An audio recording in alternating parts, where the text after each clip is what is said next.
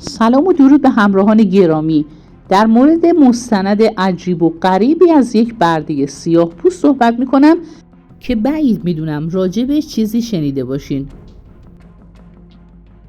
فتحعلی شاه قاجار که به مدت 33 سال بر ایران زمین حکومت کرد و در طول این مدت 158 بار ازدواج کرد و صاحب 260 فرزند شد، خب شاه یک کشور بود. اما یه برده چطور میتونه 200 تا فرزند داشته باشه؟ تا انتهای ویدیو با من همراه باشید. یکی از برده های معروف در برزیل پاتاسکا نام داشت. او از لحاظ جسمی بسیار قوی و تنومند بود. برای همین اربابش از او برای تولید مثل استفاده میکرد، بدین صورت که او را وادار میکرد تا با زنان برده رابطه برقرار کند و فرزندانی تنومند و قوی تحویل ارباب بدهد تا به قیمت بهتر به فروش برسد.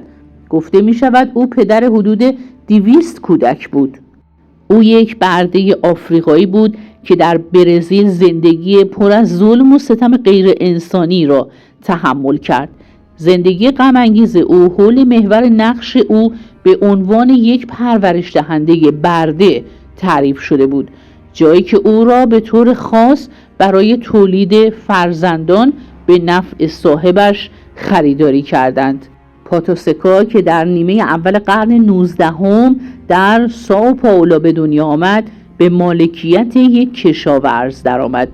او به خاطر قد بلندش یک کاندیدای عالی برای نقش یک تولید کننده در نظر گرفته شد و هدف آن تولید نیروی کار قوی با ویژگی‌های ژنتیکی مطلوب بود. زندگی پاتاسکا تحت کنترل خواسته‌های صاحبش بود.